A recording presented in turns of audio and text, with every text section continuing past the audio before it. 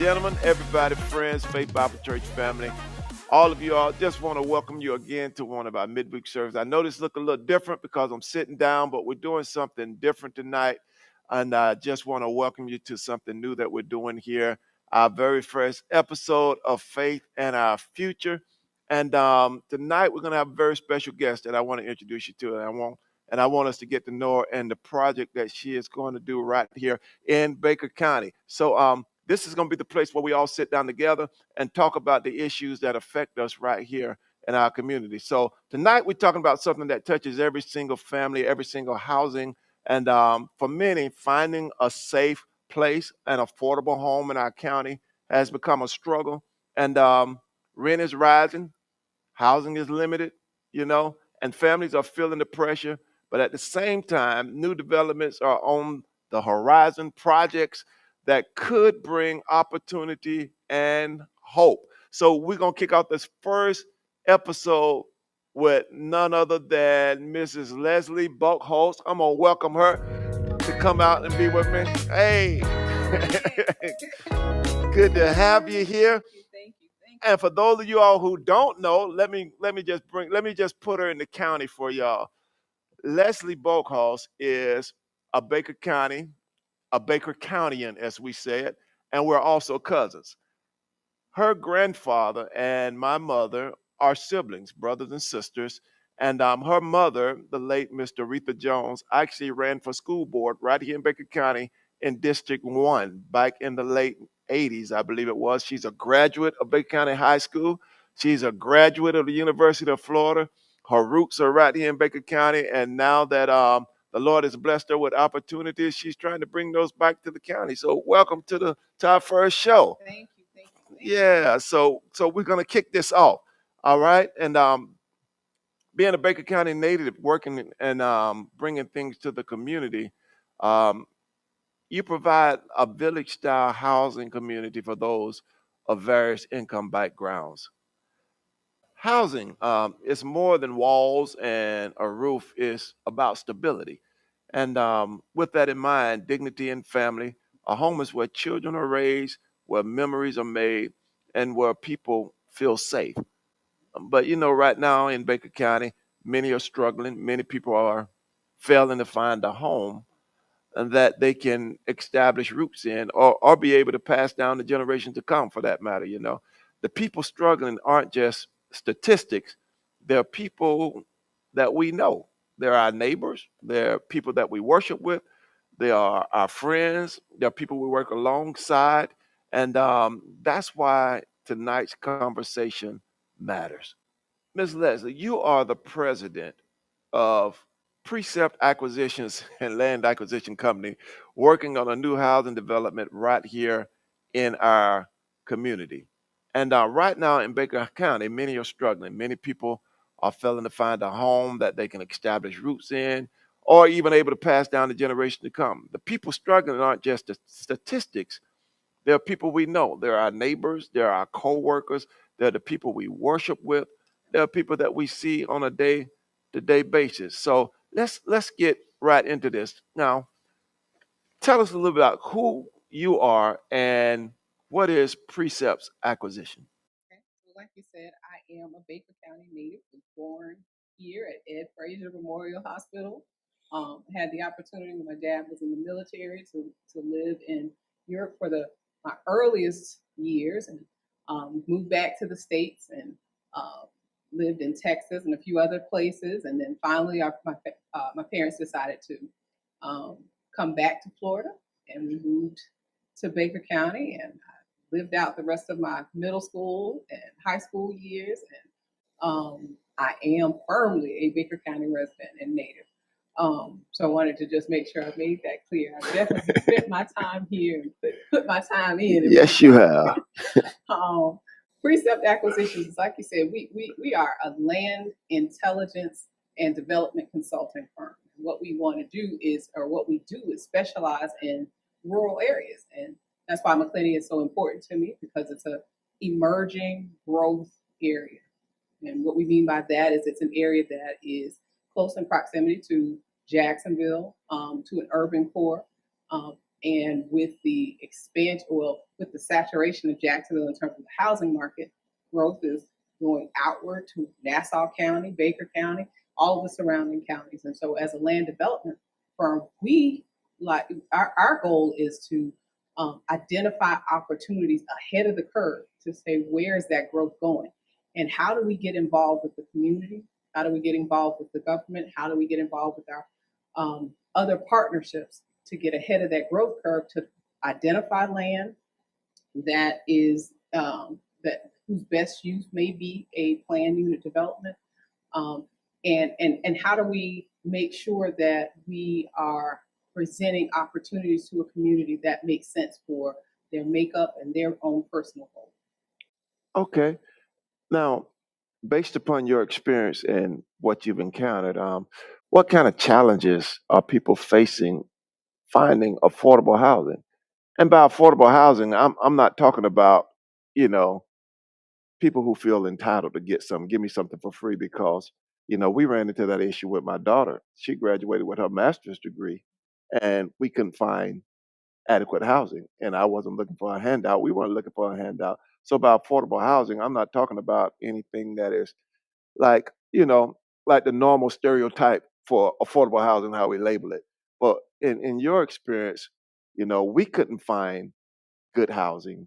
And in your experience, what are some of the challenges that people face in finding affordable housing? I guess I would, like you said, using my own experience, I was a single mom when I bought my first home. And my first home cost $65,000. The Oh, average entry level home now is about $285,000. But as a single mom with a child, with daycare, with gas, I was able to go out, purchase a home for me and my son, and live comfortably under the income that we had, with the income that I earned at that time. That's just not reasonable in this day and time for right, a couple of reasons. Wages aren't keeping up with the cost of construction. So the cost of living is rising, but our income isn't rising to compete or to match that rise in the cost of living. right, The inventory for housing, we're way, way behind throughout the United States. As a matter of fact, the current administration is talking about designating or determining, uh, I don't know if that's the correct term, but they're talking about designating a housing crisis right, in the current environment. So we're talking about not having the income. We're talking about shortage of inventory. All of those things combined. We're talking about barriers to entry, people needing the down payment to get into housing. All of those things I think are contributing to someone like your daughter having a master's degree, wanting to live in Baker County, but just not being able to find the homes, the types of quality homes that she would want to live in. right. I understand, and when I look back over all of our graduations that we have, we graduate somewhere around 300 graduates per year, and we have more than enough people that would stay right here, I believe, if there was adequate housing, looking for housing. And, I know some people say something about we're going to get people from outside and people are going to flood in, but I think we have enough people right here to maintain the Baker County feel. We have enough people graduating because this isn't about one group of people, it's about everybody. And we have enough people looking for houses that I believe that can keep Baker County. Yeah, that's it. you I know, mean, using that one statistic, 300 homes, I'm sorry, 300 students. If we took 30 students per year for 10 years, that's 300 houses. Where do we have 300 homes to keep 30 of our kids in our community?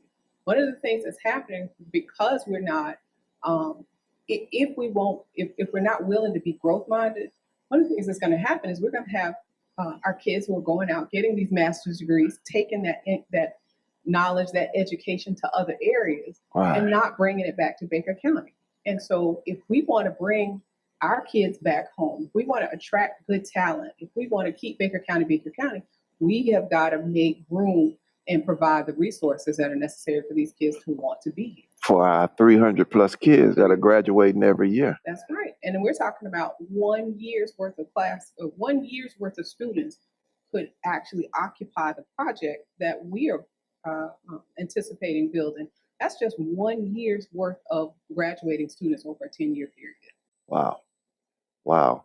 Now, in seeing people occupy their own home and seeing what you do in development and land acquisition, how have you seen that impact families and work and stability? So one of the things that we all are aware of in Baker County is that we live here, but a lot of us work in other places. A lot of us work in Jacksonville. A lot of us work in Lake City, Stark, all these different places, and so without having the um, access to work and home in the same location. So what that means is that not only do we need affordable homes, we also need the jobs. In order to attract the jobs, we're going to have the population, the educated population, to attract the jobs and the type of companies that we want to have here in Baker County. Um, but what's happening is because we don't have that combination of job and home resources, you're finding that people are challenged by long commutes. If I've got to drive to Jacksonville and I've got to drive 30, 40 minutes just to get to Jacksonville, and then when I get to Jacksonville, I've got to sit in traffic for another hour, that's impacting my quality of living. If I've got a child in daycare, I've got to have that child in daycare for longer periods of time. It's impacting my stability because my costs go up. It's not just me having to pay for my rent. It's not just me paying for my mortgage. It's all of these additional costs because we don't have the resources necessary in our local area to support our own community. Right. Now, this next question I'm going to ask you is it's got to do with money. It's got to do with money. Now, here's my mindset about it because when, I had been praying because we have, I'm a pastor. So I love my congregation. I love our members. I want them to be in good, affordable, safe homes. But I also know church folks. We get real spiritual. We get real deep about things. And sometimes my approach to money is not what people want to hear. They want, Lord, pray for my credit score. My response is pay your bills and your credit score will get healed. That's the way I see it. So I'm not, when we talk about housing, I'm not in favor of enabling people not to succeed and not to be the best that they can be. So I do understand that with this housing, a lot of people just don't have the financial literacy to understand what all is involved in that. So with that in mind, I've already set in our mind as a ministry, we're going to dedicate some time to that financial literacy. But can you just touch on that financial literacy and how that affect your housing and making these purchases and getting into your own home? Financial literacy is so critically important. Back in the day, a long time ago, there before we had Dave Ramsey's financial piece, I was Right, drawn to Larry Burkett. He had this right, subscription for budgeting, and it was biblically based teaching on financial literacy. And I remember, and I was in my, I think, what was I was probably 24, 25 when I bought my first home.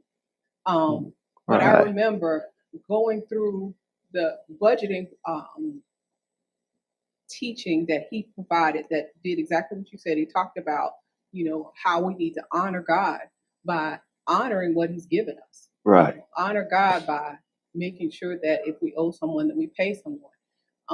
And I'll say this just even from personal experience, being a single mom was hard. right, Didn't have everything that I wanted to have, and at times didn't pay everything on time when I needed to pay it, and knew that I wanted to, where I wanted to, how I wanted to be able to move forward in life. And the only thing that I could figure out that would get me to that place was subscribing to someone teaching me what those steps were. And like you said, in order for me to be able to qualify for a home, I had to have my credit healed. My credit was healed when I was able to pay those credit cards, and I was able to understand what goes into a credit score. I was able to understand what banks are looking for. Are they just right, looking for income? Are they looking for stability of living history? What kind of credit information are they looking for? All these different things. How much savings did I need to have? All those things are important. And so I believe, I think what's really important about financial literacy and education I think I want to step back just 1 second and say one of the things that differentiates Precept Acquisitions from other development companies and consulting firms is that we are committed to bringing financial literacy, public and private partnerships into the conversation before any any dirt is turned over on a piece of property. What we're saying is, from a holistic standpoint, we've got to bring all of these pieces to the table to make sure that not only we're teaching people how to purchase a home, not only are we helping them to understand what goes into the process of buying a home, but we're creating a pipeline of people who understand what the opportunity is and are preparing themselves well ahead of time. And so when I'm thinking about financial literacy, I think that it's all about understanding what goes into the process so that if that opportunity comes available, you can stand in line and say, I'm ready. I've got my information and everything in order. Right. Okay. Sounds good. Now I'm gonna shift gears a little bit. And explore another angle of this topic with you. We've talked about the challenges, but I also want to hear your thoughts on possible solutions. For example, there's this new development I hear you are a part of, and that is being proposed in our community. And I know it's generating a lot of conversation. Is it okay if we dig into that together? Please, Can we dig into that? let's do that. All right, let's dig into that one then.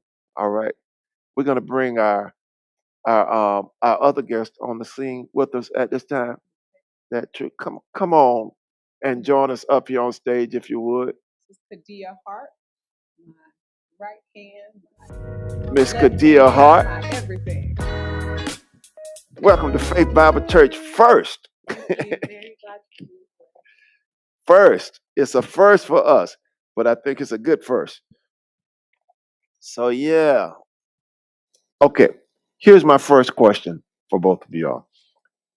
Nehemiah Court is the name of the project that you are proposing for Baker County in McClenny. Why do you believe McClenny is the right place for Nehemiah's Court? Okay, so I'm going to take that question. I believe McClenny is the right place because I think that we have a strong sense of community and a significant unmet housing need. And I also think it's a strategic location. We are close to a lot of employment centers, like right on the west side, we've got UPS, we've got Amazon, but we also are close to some major transportation corridors. We're close to I-10, we're close to 90.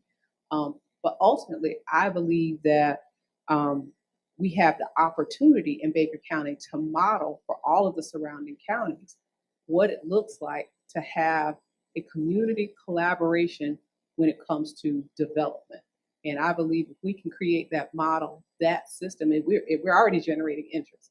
The project isn't even done, it hasn't even been finalized, but we're already generating interest from other communities and other counties on what we're doing and why we're doing it. So I believe it's the right place to be, the right place to start. Right. You want to add anything to that? Sure. So just a little context about myself. I am not from Baker County. I am not from Jacksonville. I'm not even from Florida. I'm from a little place called Manchester, New Hampshire, which is up north. Okay. And one of the favorite things that I loved about growing up was visiting my aunt in Massachusetts. So she lives in a very small town, similar to Baker. And I think that's what made Baker so endearing to me is that I could see my folks, I could see my family, I could see my aunt and the people that I came across. And similar to Baker County, she has struggled with finding housing where she lives. So year after year, I've seen her and my uncle renting and being long-term renters and just wondering when they would have an opportunity to have a place of their own.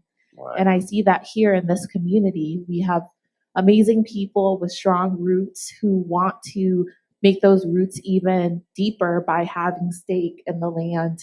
And what is available versus their desires is limited. And so the beauty about Nehemiah's Court is, even if you look at the scripture, it's about going back home and building where you're from. And I think that's what we're trying to achieve here. Right. Outstanding. I like that. I like that. Now, what type of homes are we talking about building? What type of homes will you all be building? So we're gonna be building several different product types, and the reason behind that, and I'll talk about what those types are. But the reason behind that is, in order for us to make the opportunity or create the opportunity for a segment of the project to be designated as affordable housing, we have to have higher density. Why is that important? What that means is that, if we build 4 houses, then the cost of construction would have to be divided amongst 4 houses. But if we have a larger volume of housing, then that cost of construction per home goes down significantly. So we have decided to build 3 different product types. One will be the single family homes. 2 will be the cottages / duplex type homes, which again, with the types of elevation or the exterior look of the homes, we're hoping that although they're duplexes, they're not going to be your mainstream, cookie cutter duplexes. They're going to look Right. almost like they're single family homes with the front and backyards, garage, all those good things. Right. And then we're also building townhomes.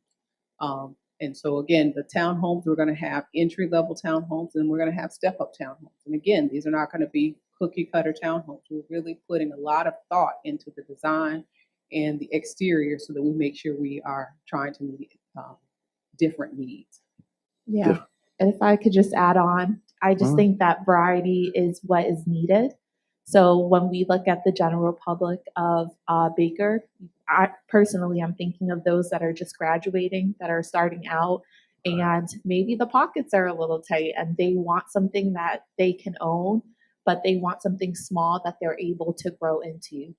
I also think of those that maybe they have land or they have a house that right now they feel like it's too much for what they're able to manage. And so the bungalows give them an opportunity to stay within the community, but being able to downsize and have something that's manageable.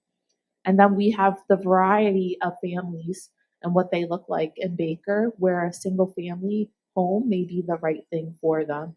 And so that's the beauty of this project of whoever you are or whatever your finances look like, there is a home for you here. Right. I like that. So sound like with that, some places have, you have the elite and or you have the, some are elite. Is there a specific demographic that you're looking for or that you're targeting with this project? So I think Kadia kind of referenced that we are looking at a very mixed social and economic diverse community. And what I mean by that, because sometimes diversity can be a dirty word. All we're talking about is bringing in folks that are the essential workforce. We're talking about teachers. We're talking about nurses. We're talking about, just a Right. variety of jobs. But we're Right. talking about retirees. We're talking about first-time home buyers. We're talking about the folks, and as she mentioned, maybe that this might be their second home opportunity. So it's a mixed environment and the purpose of that is to, number one, kind of retain our rural heritage. We come up in an environment, at least I did. We grew up with grandma on this side and auntie on this side and cousin over here. And so our thought was that, okay, why don't we create that village style environment with Nehemiah's Court, where you've got folks who understand what it takes to maintain a home, what it takes to maintain your home value. And then you've Right. got these, individuals who maybe it's their first time. And if I've got a next door neighbor who knows how to cut a yard or trim trees or those type things, it's going to create those types of social connections. So I would just say there's something about being in a community where you have a stake in it because you are an owner and you're able to grow where you are, but also look around and be inspired of like, in my next phase of life, that's what I'm reaching for. and I'm able to reach for it and not have to move out of the county to get it. I can just move a couple streets away. Right. That's it. And one of the things that we see happening, actually had the chance to talk to a couple of residents or even some community leaders. We have, folks that have, especially retirees, that may have properties that are 4, 5, 6 acres, and they're wanting to downsize, but they don't want to leave Baker County. I want to be around my grandchildren. I want to be around my children, but at the same time, where I am right now is just more than I can handle. Is there a place that I would want to go to? Is there a place that I would want to live that would allow me to still have access, that would allow me to still have social connections that I've created, that would allow me to still go to the same church, all those different things. And that's our goal, is to create that mixed environment that meets multiple needs. Right. That makes sense. And, like you say, some people who are, like you say, downsizing, sometimes we think that means downsizing in social life, but that's not what it is. It's just you are making life more comfortable with you and more comfortable for you. And you're staying in the same community. So, now you're not from Baker County. Yes, sir. She is from Baker Yes, County. sir. And the little town she talked about, little village, is called Margaretta. Margaretta. Nah, you know It Baker tastes County. good You coming know out Baker. Margaretta. You know Baker County. Now, what kind of impact do you see this project, based upon what you know about Baker County? What kind of impact do you see this project having on the surrounding neighborhoods? So Baker County is my home, but definitely Margaretta is my home. It is my home, and Right. it's different from That's what where my I mama grew up from. with. That's where my mama's from, grandmother, and all those people came Right. before us.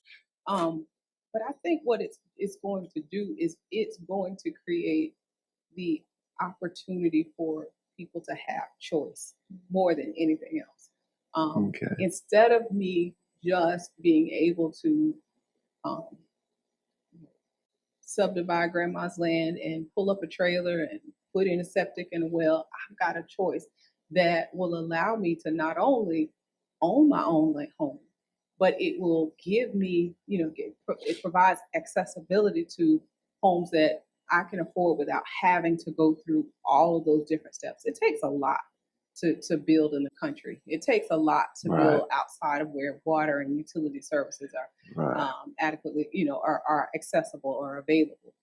So I think what it's going to do is provide additional choice.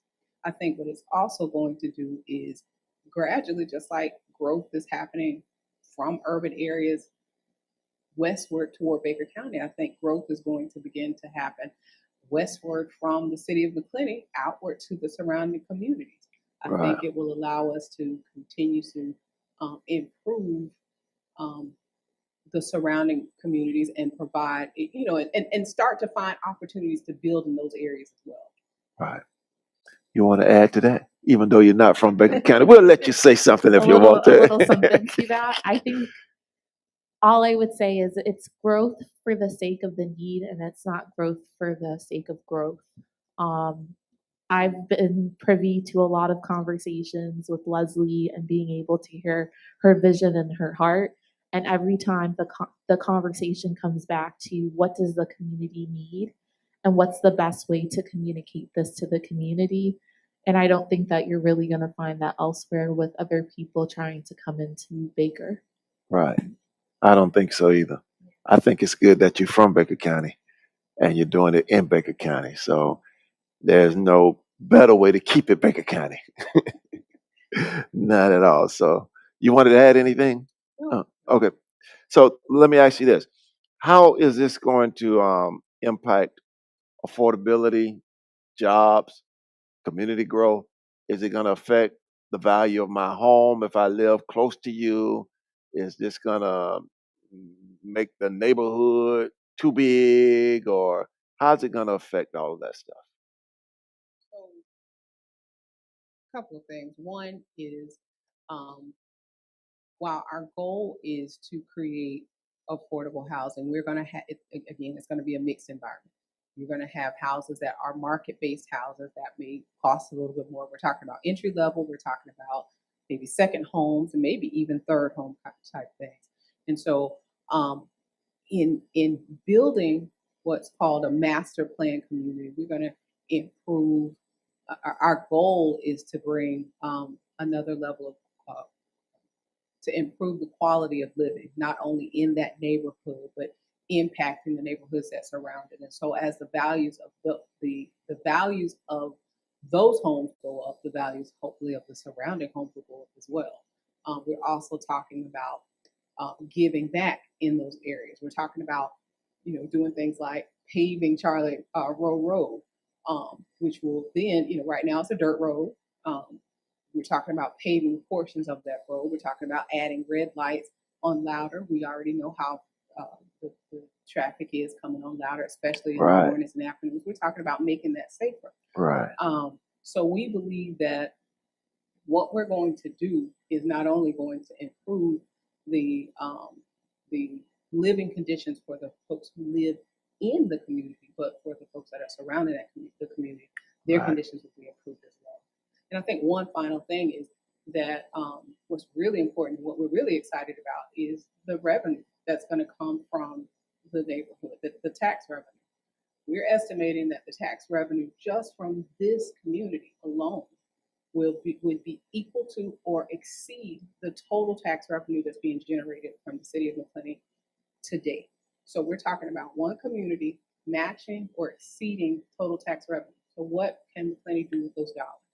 How can they improve the community? What kind of additional recreational resources? What can we do for schools? All those things. That's going to be the opportunity that this neighborhood will provide. So not only are we bringing quality homes, raising the standard of living, we're actually impacting the community by providing additional tax resources And that goes to the city. straight to the city. And one And thing I was asked this question recently, how much are we asking back from the community? What kind of tax dollars are we getting to do what we're doing? Zero. We're asking for zero, and we're giving back more than what's being requested. wow. Wow. The metaphor that I like to think of is if you were to go outside and look at any tree, it started as a seed, right? And so effective growth happens in stages. And so I've heard people in the community say, well, we're going to go from the houses that we have now to an explosion of houses. And that's not necessarily true. Effective growth takes time. It takes step by step. And so as the community, as Nehemiah's core is growing, you're going to see that the change for Baker is going to match that in a way that feels seamless and it doesn't feel forced. So what Leslie had mentioned about the paved roads, what Leslie had mentioned about people coming in and bringing income, it's going to be incremental so that as the change is happening, it feels like, oh, this is welcomed versus this is a forced addition. Right. So it's manageable. Yes. And I'm glad you brought that point up. I think that's probably been a major concern in the community is, like you said, that there's going to be an explosion of growth. We're talking about a community, first of all, where development won't begin for at least 2 years. And then after that, we're talking about phasing in growth over a period of 5 or more years, depending upon how well the community is able to grow with that, with this development. So Right. we're saying to the city of McClenny, okay, how many houses are you ready for? Let's build that number of houses. And when we're ready for the next set of houses, let's build that set of houses. The goal isn't to have hundreds of homes that are sitting empty and can't be absorbed. It's really understanding how we phase in that growth in a way that is sustainable, in a way that is supportive of the infrastructure that's Right. necessary to manage that growth. So even when you start the project and kick off the project, the city of McClenny will still have some say so in how fast that moves along. We're going to stay in direct communication and collaboration. And let me be mindful. We are not builders, and I think that's something. Well, that's my next question. All right. Well, then I'll wait and let you. Well, guys- go ahead and Okay. answer. Are you home builders? So precept acquisitions, we are not home builders. What we are, like I mentioned in the beginning, we are land intelligence. We want to find out. We want to dig into the data analytics. We want to know where the land is. How much does it cost? We want to do our due diligence. We want to understand, all of the things that goes into finding out what's the highest and best use for a piece of property. That's what we do, and that's what we focus on. But the second piece of who we are is our strategic partnership and alignment with our partners. And so our partners are nonprofits. One of the things that you'll notice is that Habijax wanted to expand into Baker County. And so we had the opportunity to connect with Habijax, and because of my relationship with Baker County, we were able to go get ahead of them, come out and identify land for them, introduce them to the city city leaders, introduce them to local Right. firms, those type things, and then they're now building homes right now on MLK. But we're not building it. Habijax is, but that's a partnership that we have that allowed us to be able to say, hey, we need what you offer. So before we purchase this property, why don't we collaborate to talk about what you can do, what services you bring, how you are able to provide financial education, how you credit qualify, how you work with banks, those type of things. And they brought what they had to the table, we brought what we had to the table. That's what we do. So one of the things that's really important about Nehemiah's Court is that, one, we're saying we're going to bring the builders to the table, we're going to bring the nonprofits to the table, we're going to work with the churches, and we're going to talk Right. about financial literacy and education, all those things. We're going to bring all of those conversations to the table day one. Before we start designing anything, before we start engineering anything, we're going to talk to the city. We're going to ask the city, what does the community need? Tell us what your comprehensive plan looks like. Help us review that. Help us understand your growth goals. What's the time? Right. We're bringing all of those things to the table, but we don't build the homes. Our customer is the builder. So we want to package the right product that the builder will want to be excited about buying. And then not only that, we want to add into that package a commitment. And what's that commitment? We go through the rezoning process, and we submit our planned unit development applications that says specifically, this is how many homes you can build. This is what the streets widths need to look like. This is how many homes can be, this close together or this far apart. All of the Right. different specifics that are necessary to make sure that the community's voice is heard and adhered to.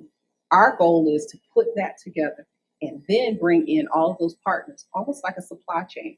Right. We started, a friend of mine says that Precept Acquisitions is the prepare a place team. We want to prepare a place first, bring in the builders next, then bring in the nonprofit partners to support access to housing, and then bring in the end user, the end customer, which is the buyer. So I do want to make sure that I'm being very clear about that. We want to make sure the conversation is happening. We want to make sure that the commitment and the collaboration is there. But then as far as the homes that are actually built, that's going to be dependent on the builder that we negotiate with to complete that process. So if I'm hearing you correctly, we find good land, Good land, partner with good builders, good builders. partner with good nonprofits Mhm. who attract good people, That's it. and then let them do what they do best. That's it. That's it. That's it. That sounds like a plan. Yeah. That's wow. That's really good. Now, I heard you mention earlier. You kind of one of the questions I was going to ask you, and you kind of alluded to that you're looking at about 2 years down the road to start. That it will be at least 2 years down the road. Now, with that 2 years in mind, any challenges? Can I ask you if there are any challenges? So we have challenges. I think a couple of things. One, right now, we are still in the zoning approval process. We're waiting to get approval to be able to do what it is that we're saying we want to be able to do. I Right. want to make sure, if people aren't familiar with how development happens, by the time you see a house actually going up, there's probably been a year or a year and a half worth of negotiations, Right. negotiations, permitting, due diligence, all those different things that are happening in the background, just to determine whether or not A, you have the right to build, B, there's sufficient resources to build, C, whether you've got local, state, and federal approval, if necessary, to build in those locations. And so as far as challenges are concerned, right now, what we're doing is we're trying to listen to the community as far as it relates to traffic. We're trying to make sure that we are getting the best engineers that are out there to come in and study what we're doing, study the amount of, the traffic flow. Again, I mentioned Louder Street earlier. Study what's happening on that street. What's going to make the influx of additional homeowners in that area, how we're going to make that work with the way traffic flows. And so right now, what we're doing as far as our final stage, or at least what our final challenges for rezoning is, the county is requesting a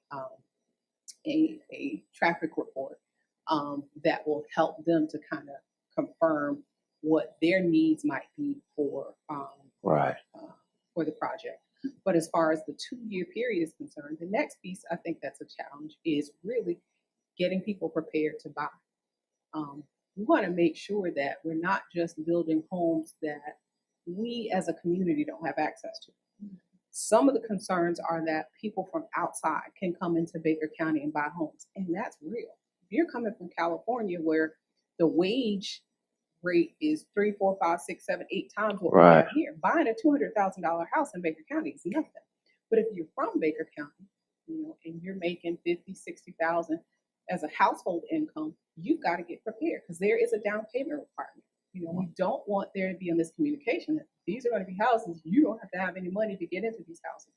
We are trying to partner with different organizations that will help reduce those barriers to entry, reduce the cost to get in, to help find state, federal resources that may even support lowered costs for entry. But if that's not there, I think you said this early on, we're not just going to pray that the money will be there at some point in time. We're going to prepare for that. Right. Start now by saving. Start now by understanding those requirements, preparing our own household in order for us to make the transition.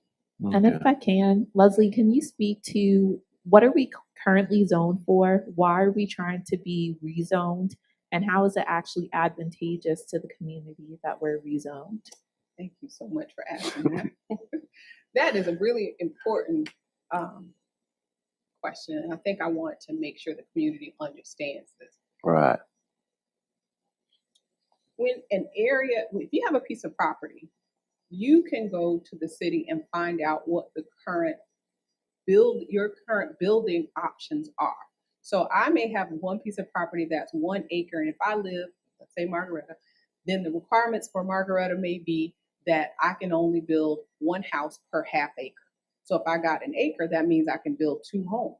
I don't have to get permission. I don't have to go through zoning. I don't have to do any of these extra steps. Right. I can just go and start immediately with the permitting process. A good example would be the Habitat's homes that are happening on MLK. We didn't have to go through the rezoning process. We purchased a piece of property that had the density, meaning the number of homes that they wanted to build. Right. It was already set with that. Well, with the property that for the Nehemiah's Court project, it is currently zoned for us to be able to build 320 plus homes without anything that we're doing right now. We wouldn't have to go through rezoning. We wouldn't have to have any community input. We could just go in and say, hey, listen, we're going to start subdividing this land, and according to zoning, this is what we're allowed to do. We don't have to say anything to anybody and just start putting up, as long as we can get the permitting and all those different things. Right.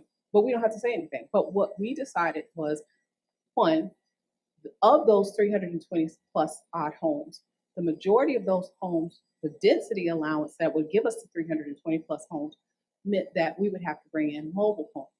And while I don't think there's anything wrong with mobile homes, as a matter of fact, growing up, that's exactly what our family had. All of my aunts had mobile homes. That's what I knew as our starting point.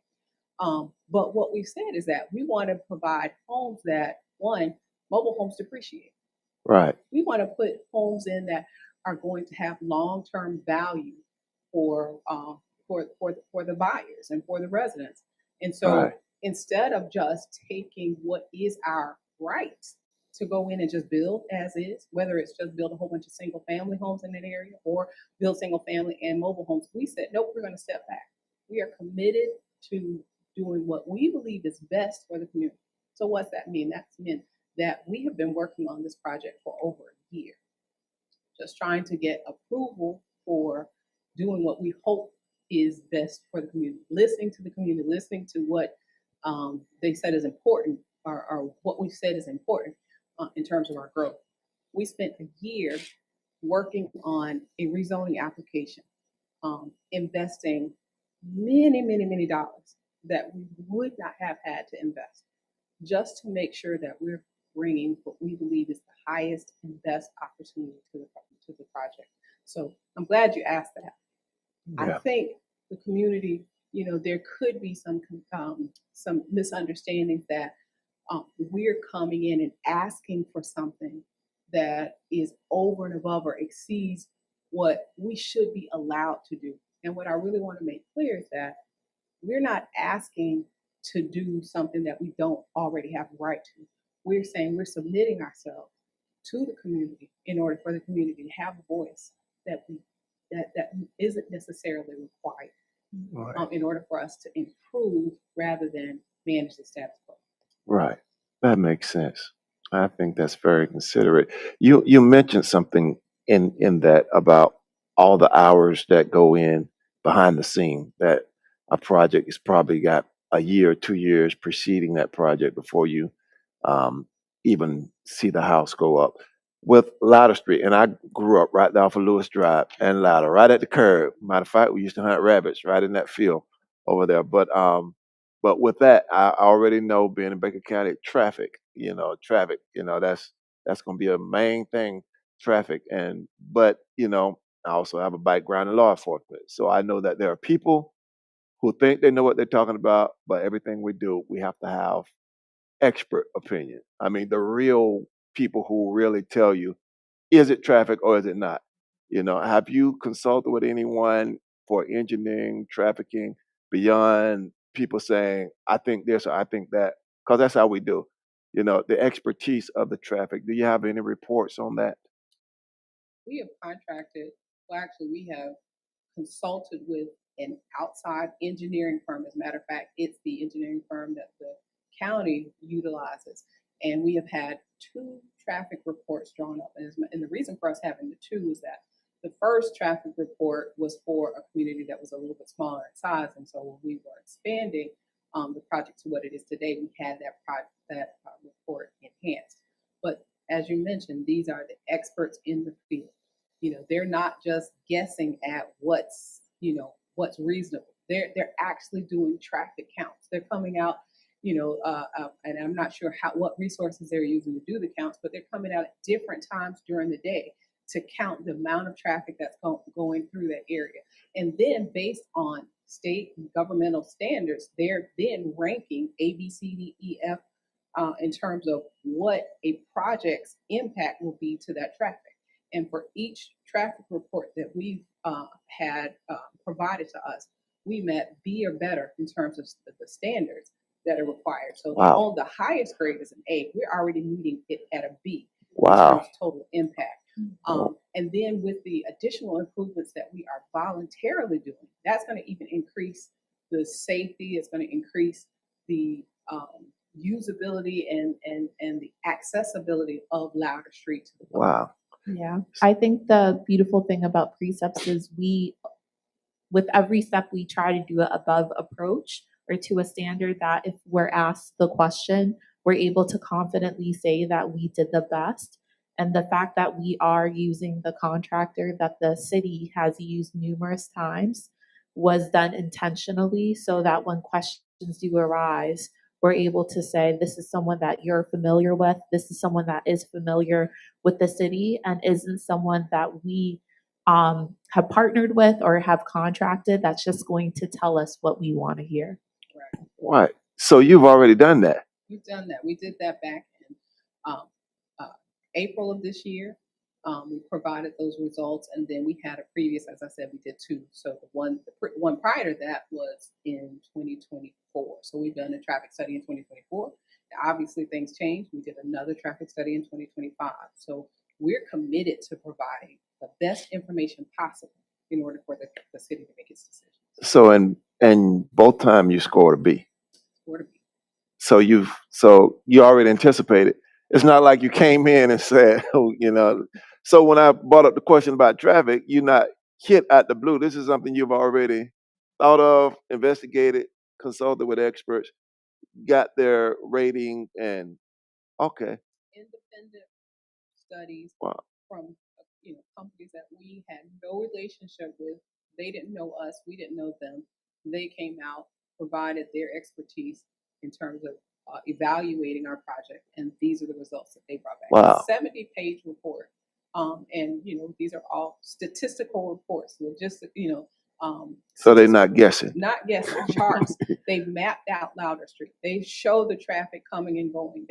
Wow. It's just a very detailed process to evaluate where we are. And what's more important is that they don't just evaluate where we are today.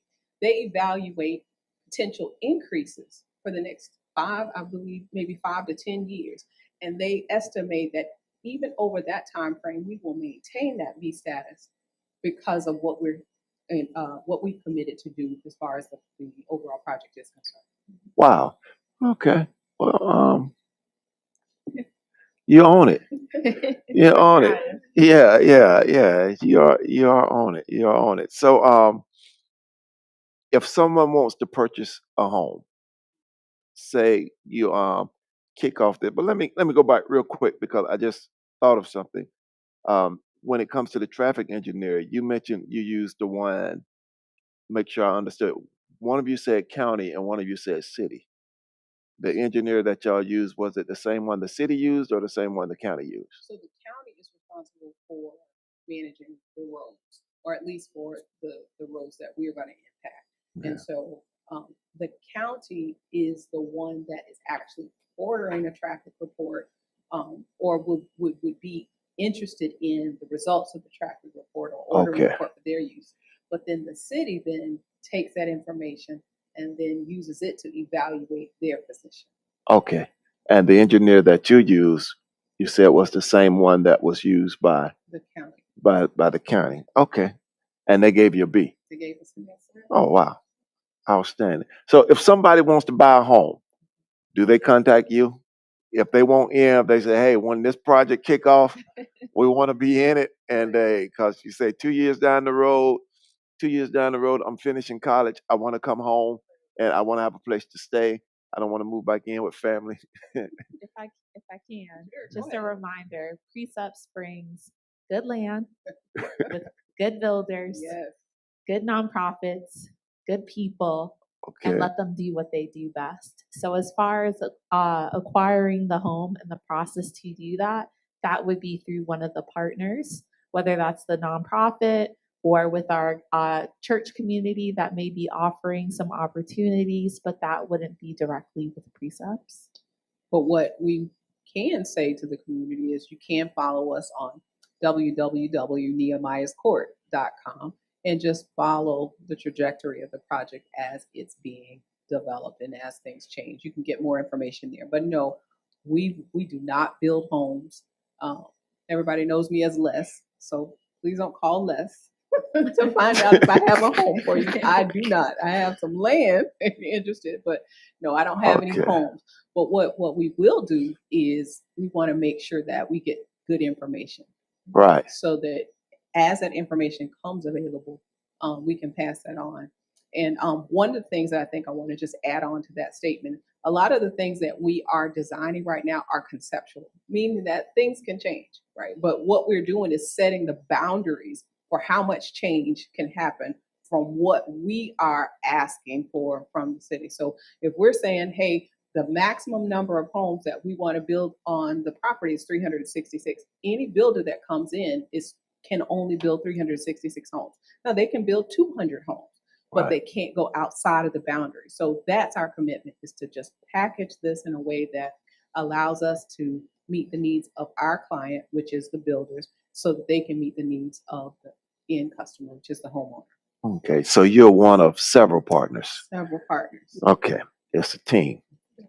It's a team. And when we talk about partners, we want to just make sure that the community recognizes that we consider the community as a partner. When we talk about Right. job creation, we talk about bringing resources. This is an opportunity for growth to happen. Somebody that's starting a business, that maybe wants to provide, landscaping services, Right. construction services, or all kinds of different services, you are part of the team. I like being part of the team. Yeah. It's a great place to live. Yeah, it's great. Hey, it's good information, and I think it's a great. I just think it great. You kind of already answered this. Can you repeat that again? Where residents go to get more information to stay updated with what everyone is, what's going on with Nehemiah's project?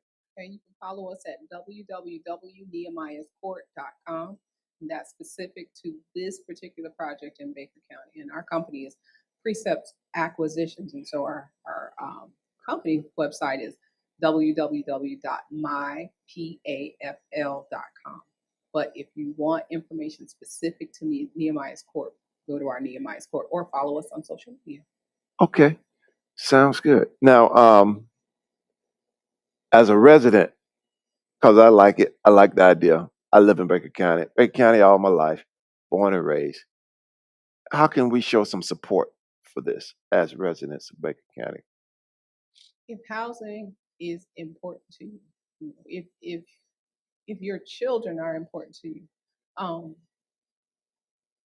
have to admit, I am a whole bunch of years old, and I had never ever attended a city commissioners meeting here in Baker County, other than when my mom was running for office. We would attend some of those different meetings and concerns. But if you are concerned about affordable housing, if you are concerned about growth, I challenge you to either attend one of the council meetings. Those happen on the second Tuesday of each month. And this is for the city of McLean. Second Tuesday of each month at City Hall. I think it's where you pay your utilities. Right. Right. We know where City Hall at. City Hall. Okay. All right. And I say that because we had invited some people to come out and support us. And instead of coming to City Hall, they went to the county's okay. Boardroom. And so there is definitely a difference. The county meets on the first and third Monday, I believe. Please check me out on the county's website to confirm.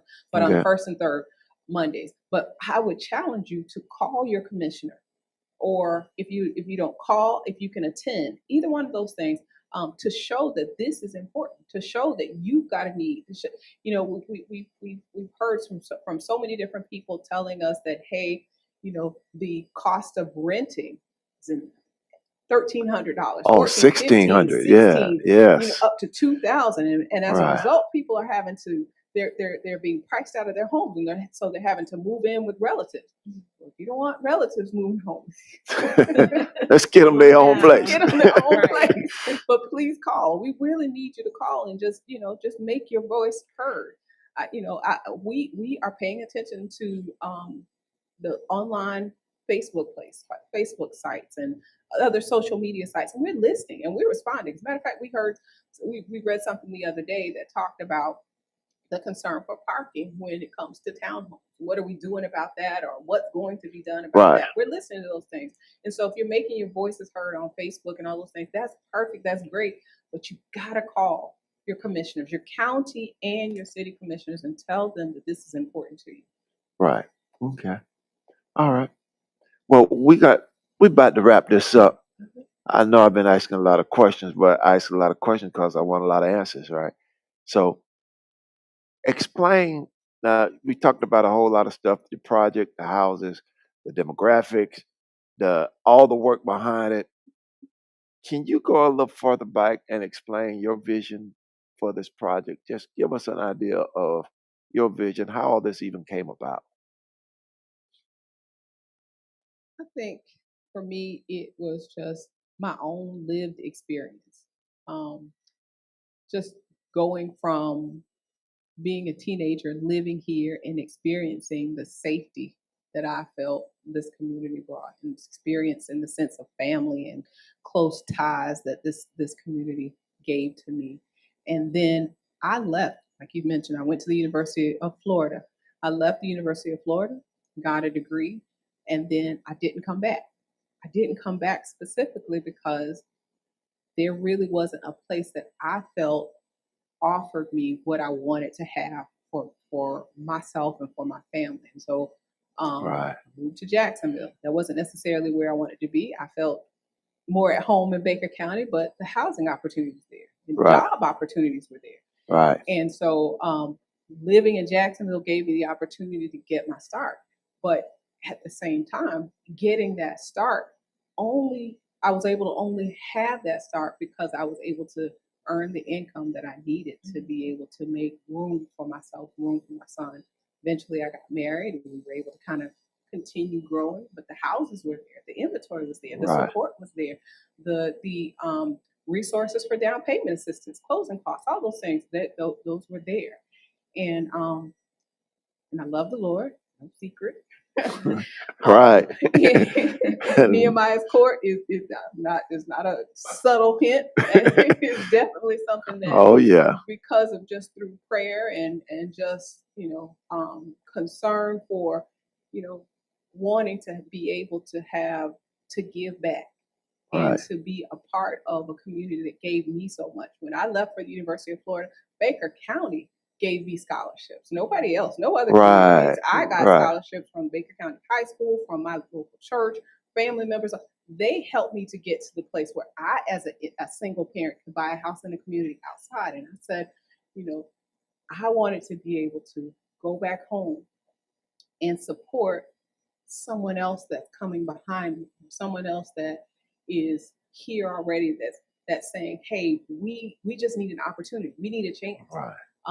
And so reading through the book of Nehemiah, loving the first chapter where it talks about his prayers and he just, having conversation. The book of Nehemiah is, even though it's about Nehemiah as an individual, it is not about a single person. It's about a community of people who came together because they saw a need, a Right. community of people who decided to stand on the wall and to Right. work as well as watch, a Right. community of people that not in 1 or 2 days. Sometimes we read through scripture and we think things happen quickly. This was Right. 20, 30, 40 years worth of building that they had to gradually phase in because Right. first of all, people's mindsets needed to change. Right. People were in debt. And Right. they had to go through credit rehabilitation. It was all kinds Right. of people were It's in divorced there. and selling It's in there. each other into slavery. All High kinds interest. of different things. High interest, It was in usury, there. all kinds of stuff was in there. It But was in there. there was a group of people that came together and they had to constantly be encouraged to stay vigilant, even in the face. You talked about challenge, even in the face Right. of challenges, they had to constantly stay encouraged to for the vision to come to pass. So that's where this has come from for me. God has satisfied my family. My children are adults; they're out of the home. I could be comfortable sitting Empty at home. nesters. Hallelujah. Yes. Sitting at home, just living my best life. But there's more to life than me just living my own best life. I Yeah. believe that God sets us aside and even allows us to go out so that we can come home. And I wanted to come home. I wanted to create this model here so that we could then branch out. Others could see this can work. One of the things I keep hearing over and over again from folks who are more in tune with development, more understanding, have been doing this way longer than I have, is that this can't work. This can't work. You can't have too many voices in the pot. And I understand that, just like in our own families, you can't have everybody trying to make a Yeah. decision. Everybody can't plan the family Everybody reunion. can't plan the family reunion. You can't. Sometimes you got to make some decisions as who's going to show up, Right. shows up. But Yeah. it doesn't mean that you can't have different venues for the family reunion. It doesn't Right. mean you can't have new ideas. And I believe this is an opportunity for Baker County to be a flagship model, showing that if we make these decisions early, if we have these conversations about affordability, education, all of these things, if we bring the partners to the table, we're going to have a lot of builders who say, no, I don't want to do this. I don't want to build that product. Okay, they're not the right builder for us. But if we bring in the right builder who's got the right heart, and I'm saying that to, not only just for the sake of the community understanding what we're saying, but also saying this to builders. If Right. you've got the right heart and you want to be a part of what we're doing, it's not just Baker County that we're doing this in. We're going to do this and expand into other areas. but bringing the right partners to the table. This is a vision that we believe is workable and can be a long-term solution that's repeatable Right. and has the results that's necessary, not only for the community, but for the builders themselves. Right. And I like your title, Nehemiah's Court. I think my favorite scripture out of that is where it stated that the people had a mind to work. That's it.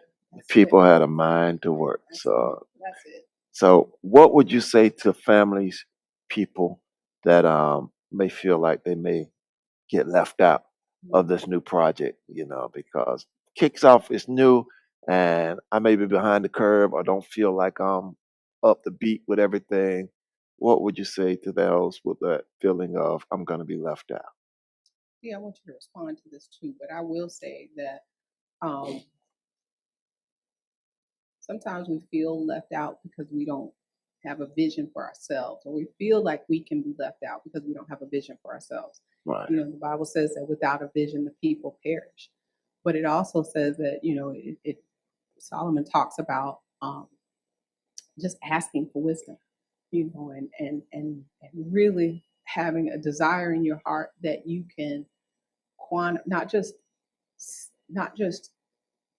having a vision in your heart that you can quantify. What I mean by that is how much house do you need? How many bedrooms do you need? What size do you need? You have to start creating the vision. Rebecca says, write the vision, make it plain, and though it Right. tarries, wait for it shall surely come. Right. You've got to be responsible, first of all, for having your own vision. When you have a vision, then Habakkuk says you need to write it down so that he who reads it can run with it. Right. To me, all that means is once you've written this vision down, people can then see what's in your head. Right. And they can bring support to you. They can then tell you, oh, I know about these funds. I know about this community. I know all those different things. You don't have to be left behind. Financial literacy and education. We've got a 2-year head start. Get 2 years. started with that the financial education. Well, I don't make enough money. Okay, maybe things will change over time. If you set a end goal in front of you, it's going to make you run hard.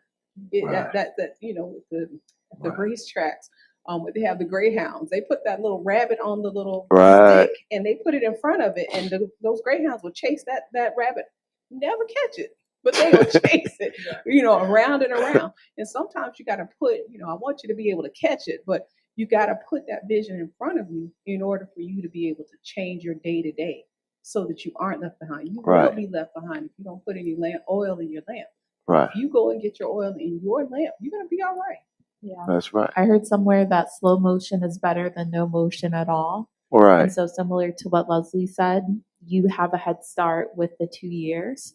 And so if you create that plan and you are making the incremental changes of like, all right, starting this month, I'm going to start saving $10. And okay, this felt, it felt great. It felt doable. Next month, I'm going to start saving 20. And now I'm going to look at how often I'm eating out or different things that is in your capacity to actually change. Right. Within a year's time of making those small changes, you will see that you are further ahead than just Right. believing and accepting that you can't change. And so that's the hope that we're hoping to spread and to share, and to say that a plan with wisdom will take you far. Yes. I want to add to that because I think that's so important. I think in the last time you and I talked about my niece that I'm working with. She was a resident of Baker County, got a degree, teacher, and decided she was going to leave Baker County.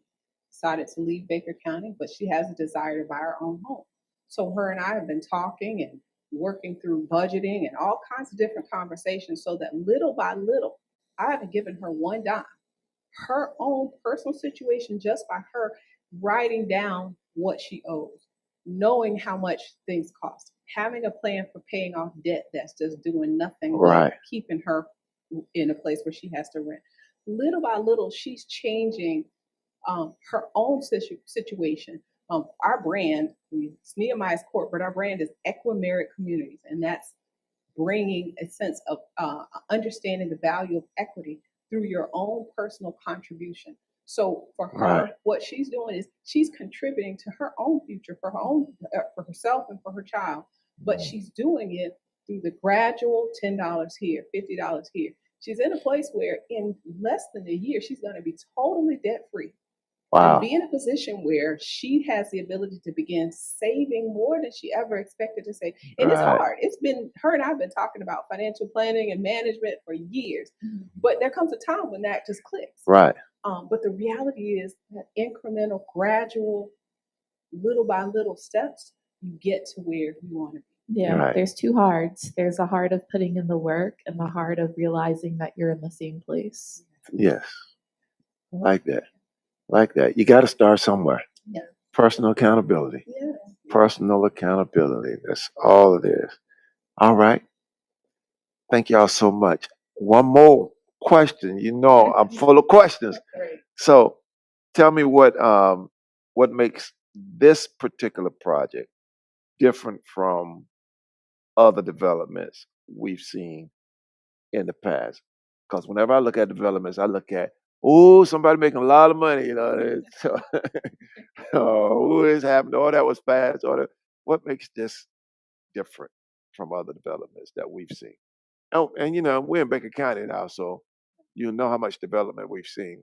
We've seen the Walmart distribution center come. We've seen the stuff over here with the wire mill, you know, but big housing projects, you know. So I think what makes us different is that we want to do a master plan development. Best example I could give is Island RV Park. They came Okay. in, they took a piece of property, Right. and they gradually have phased in quality RV parking and tiny home living. When they first started, it was just paths and some streets Right. and a general store. Just woods. Just woods when they first started. And surprised that it happened, but they've done such a great job. And then they started, a couple of years in, they decided, okay, we want to upgrade. We're going to take out some of the RV pads. We're going to put these tiny homes in. And Right. if you think about it, think about the density that's in that community. And when I say density, how many houses are out there? How close together they are.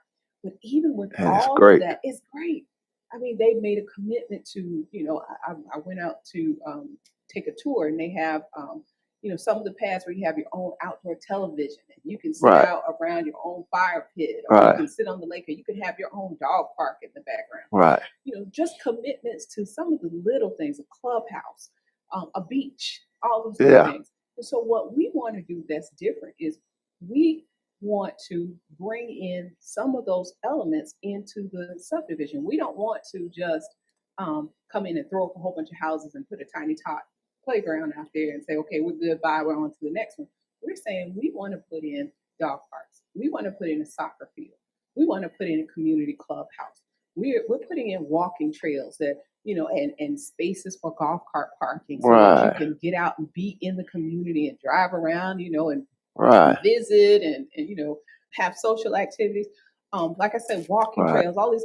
We've also brought in an agri-hood type opportunity where you have the opportunity to go in and rent different I want to call them portables, but rent little small segments of land of space to grow peas, to grow tomatoes. You don't have to be responsible for all of it, but create an internal farmers market. Now, how much of all of that will actually come to pass, we don't know.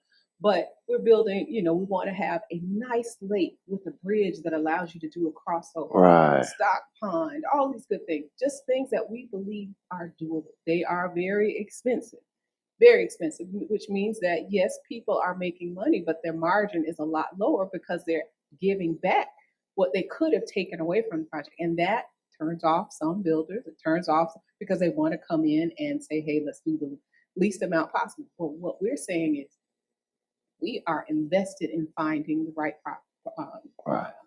partners. We are looking locally, nationally, and internationally. We have conversations with some of the biggest builders out there, and they are interested in Baker County. But that, I believe, is what makes us different. I believe that's what makes this project different, is that we're not saying let's just put up a whole bunch of houses and don't care about parking. Right. A good, very good example is the requirement, I think, from the city for street width, I believe, is 24 feet. We're doing 24 feet plus an additional 10 feet that could have been used for something else, but an additional 10 Right. feet to just make sure that if you got visitors, they don't have to block the streets trying to visit you in your home because you don't have enough parking space. Right. There's going to be on-street parking that allows the normal flow of traffic to not be Right. impeded. So we're doing little things that people may not even pay attention to because they're so technical. But we're doing the little things that we believe will make a difference in the overall quality of the project. Right. You I want to think add? there's a scripture that says, whatever you do it as if you're doing it unto the Lord. Mm-hmm. And I think from my vantage point, I'm able to see behind the curtain and see a lot of the conversations that happens with Leslie and family. And I think the thing that makes me the most confident and excited about this project is the level of excellence that Leslie is striving for, the number of experts that she has partnered with, and most importantly, the amount of prayer that she has requested at Right. every step of this project, just asking the Lord again and again, are you in this? Is this your will? Am I executing the way that you want me to execute? Right. I think we have so many great leaders, but there's something about a leader that knows that the ultimate leader is God. Yeah. And that's what gives me faith with this project. And so for those of you that are wavering, that are unsure, I can confidently say that Leslie is a woman of God. She is someone that will put her face on the ground, just asking God to show up and to answer. And so I can't speak to other developments, but I can say that she is someone that is striving to do something great because she feels like God has called her to it. Amen. And I can agree with that. The thing to me that makes this different from other development is that we're cousins. Yeah. We're cousins. Yeah. Like I said at the beginning, her granddad and my mom are brothers and sisters. And so I'm gonna see her. Family reunions, funerals, weddings, church services. And if she put her name on this, and she knows she got to see me, and she got to see everybody else in Baker County, I know she is not gonna want this to be anything any kind of way. She's gonna want it to be the best that it could be because she know she from Baker County and she know how we are here in Baker County. So that's what make it different to me. Well, look, let me just thank y'all, and it's very encouraging all that you're doing, and it's very encouraging that even though you did move to Jacksonville, you're still thinking about home where you grew up at, and you still have that passion and like growing up, and you remember what it's like looking for housing. And when we first talked about this, and being this is our first show like this, I thought I was going to come on and talk about building houses and developing houses, but it sounds more to me like you're talking about building community and not just houses, that you're building community. That's it. Yeah. To me, that's why we want to focus on rural areas because that's what makes rural areas special. Community. We don't want to take away from that. We want to add to it. We want to say we understand that and we're committed to that. Okay. And I believe you. So we got about 30 seconds left, I think. We got about 30 seconds. Any closing remarks? Anything that you all just want to add to it before we close out? We just appreciate I definitely appreciate having this opportunity, first of all, to be on the first show. Hopefully we get to come back and give some updates and things like that. But we're just thankful for all the support we've received. We have the first hearing that we had, the community came out and packed that building. I mean, it was outside in the parking lot, overflowing. We had folks from all over that were in attendance. And we just want to say thank you. Thank you for the support. And please continue to support. And like I said, please make sure you don't just tell me you support me. And it's not me, that you're supporting the community. Call your commissioners, call the county and the city. Show up, if you can, and let them hear your voice. Right. And it's not just to let them hear your voice and say, I love you and all that if there's a concern. If there's something that you would like to know, something you want to question, you know, let them know. Let them bring it to the table. The table is wide open. So thank you very much. So Precept Acquisitions, Miss Leslie Buckholz, so glad to have you on this evening. And Miss Hart, so glad to have you here with us, and so glad for everybody tuning in. Thank you for tuning in. Pray God's blessings upon you. Keep Precept Acquisitions in your prayers as we go forward with this. And stay in tune. We'll be bringing them back for some updates and some more stuff that's coming in. Keep y'all informed. Enjoy a wonderful evening.